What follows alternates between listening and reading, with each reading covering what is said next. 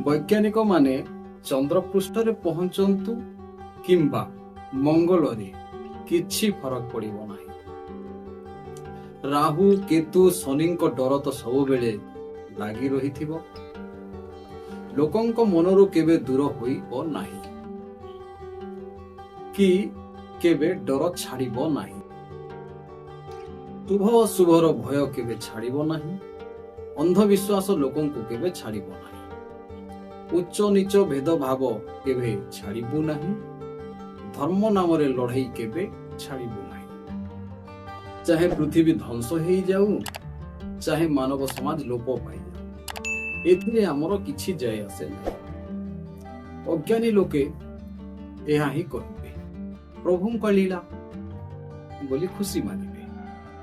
ସୂର୍ଯ୍ୟଙ୍କୁ ହନୁମାନ ଗିଲି ଦେଇଥିଲେ, ଚନ୍ଦ୍ରଙ୍କୁ ରାହୁ ଗିଲି ଦେଉଥିଲେ। ଚନ୍ଦ୍ର ପୃଷ୍ଠରେ ପାଦ ଥୋଇବା କିଛି ବଡ଼ କଥା ନାହିଁ। ଆମର ମହାଋଷି ମୁନି ମାନେ ସବୁ ଏକଥା ଯାଇଛନ୍ତି କହି।